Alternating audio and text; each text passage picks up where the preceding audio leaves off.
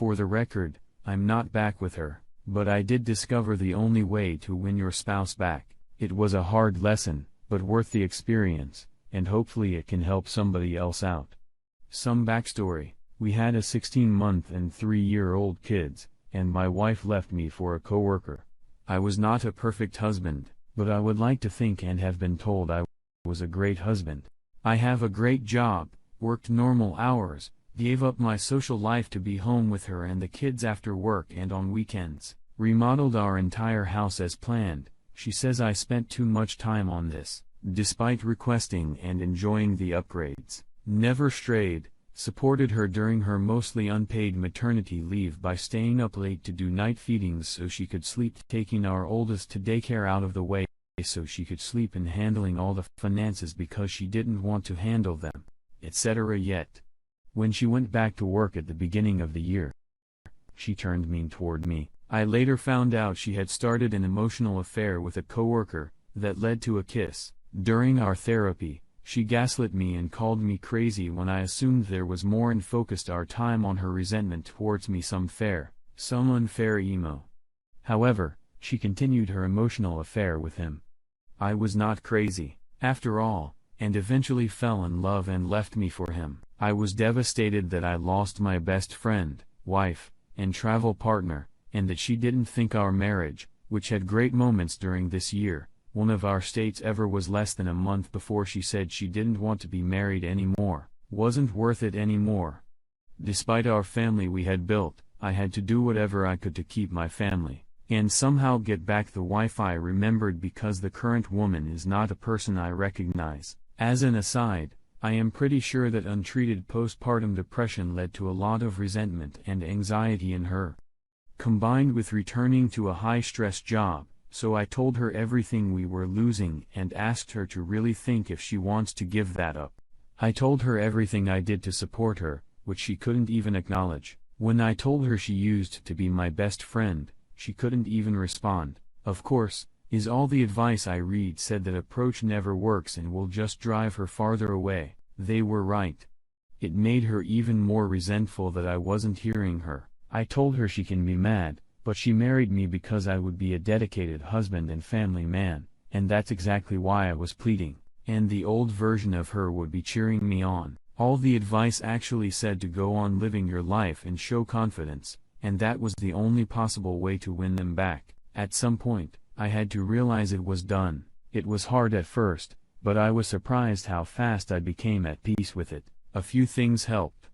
First, I focused on my own health and happiness that I could control. I worked out, ate healthy, did things that brought joy, reconnected with friends, etc.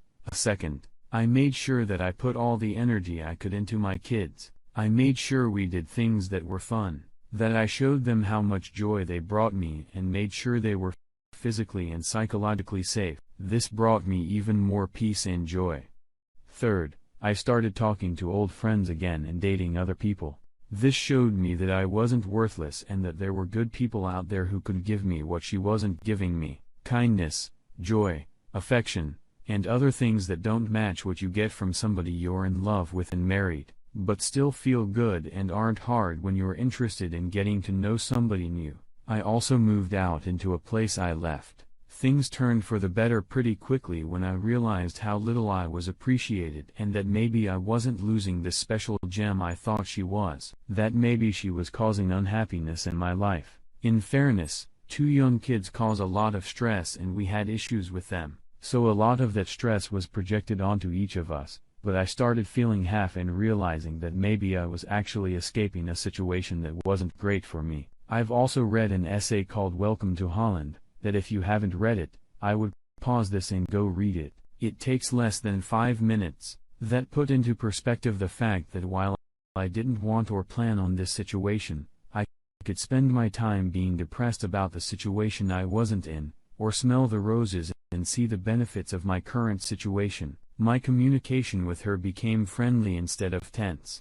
Thanks to my peacefulness, texts were few and far between and terse, not intentionally, but because I was adjusting to and enjoying my new life. One of the first weekends apart, I took the kids to my parents. I missed her. I missed our teamwork when we went away together. But the weekend went smooth and I had confidence in being able to take care of the kids myself. When I got back, she told me she missed all of us and our family. It was the first time she missed me in months, but she still refused to open up, and I left the house and went back to normal life. The following weekend, she wanted to do something as a family. I told her I will if she wants, but I didn't say this, I didn't need it and was good either way. She came over to my place. We hung out with the kids, went to the park, ate dinner, went swimming and made cookies, like the perfect American family, except for one major thing.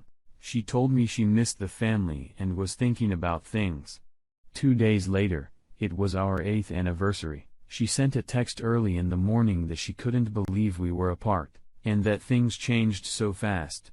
She was sad and reflective. I didn't respond because I didn't know exactly what she meant, and I didn't want to fall for any more mind game. I was moving on. That night, she was texting me playful texts, not flirty, and I responded, but she asked if she was talking to a robot. I told her I wanted to come by the next day since I was going to be in the neighborhood and see our dog and the kids. She asked me to stay for dinner. I knew something was up. I called her after some texts because I could tell she wanted to talk. We talked for 5 minutes, 10 minutes, but again, she wouldn't fully open up. The next day, we had therapy with our couples therapist to focus on the separation and co-parenting. I knew what was coming.